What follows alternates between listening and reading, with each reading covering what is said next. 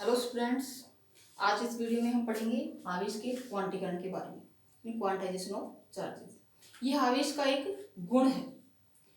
यह कैसा गुण है आवेश का कि किसी भी वस्तु पर आवेश सदैव इलेक्ट्रॉन के आवेश का पूर्ण गुणज होता है। अगर हम दो वस्तुओं को आपस में रगड़ते हैं तो वो इलेक्ट्रॉनों का आदान प्रदान करने की वजह से आवेशित हो जाती है।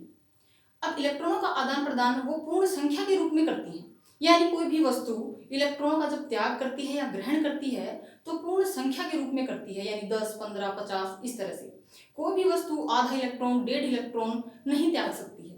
इसीलिए कोई वस्तु जब आवेश ग्रहण करती है तो वह इलेक्ट्रॉन के ऊपर जितना आवेश होता है उसके पूर्ण गुणज के रूप में ही अपना कुल आवेश ग्रहण कर पाती है।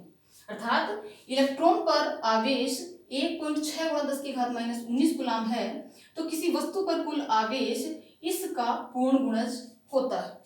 यही आवेश का क्वांटीकरण है। यहाँ n एक पूर्णांक है और ये एक इलेक्ट्रॉन पर आवेश का मान है। इसे कहते हैं आवेश का क्वांटा, यानी आवेश का सबसे छोटे से छोटा मान कहलाता है आवेश का क्वांटा। और आवेश सभी मान ग्रहण नहीं करता है, कुछ ही मान ग्रहण कर पाता है जो कि इसके पूर्ण गुणज के रूप में होते हैं। इसीलिए इसे कहते हैं कि ये क्वांटीकृत है। सभी मान इसके लिए ग्रहण करने पॉसिबल नहीं है।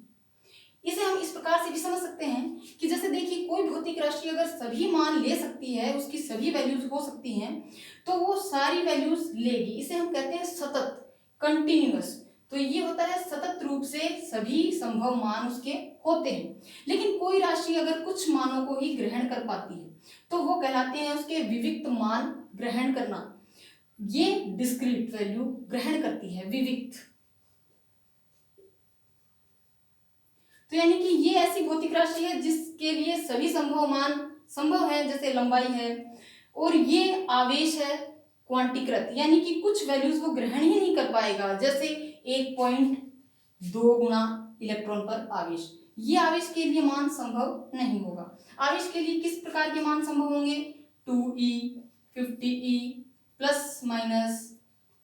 अगर धनावेश है तो प्लस और ऋणावेश है तो माइनस। तो इस प्रकार से किसी वस्तु पर आवेश E का पूर्ण गुणज ही होता है, यानी इसी मान का पूर्ण गुणज होता है।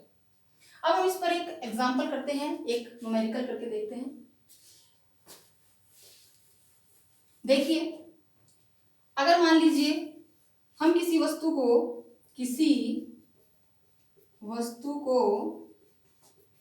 1 कूलाम से अगर आवेशित करें, 1 कूलाम से आवेशित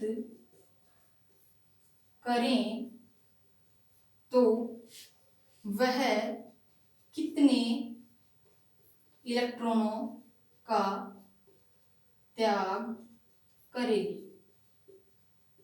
ये हमें एग्जाम्पल करना है कि कोई वस्तु कुल आवेश उस पर 1 कूलाम है तो वह कितने इलेक्ट्रॉनों का त्याग करती है। तो हम इस फॉर्मूले को देखते हैं। हमारे पास फॉर्मूला है, इसमें Q है वस्तु का कुल आवेश। तो हमारे इस एग्जाम्पल में हमारे पास Q है 1 कूलम। N हमें फाइंड करना है और E हमारे पास हमेशा होता है, कांस्टेंट है ये, 1.6 × 10⁻⁻19 कूलम।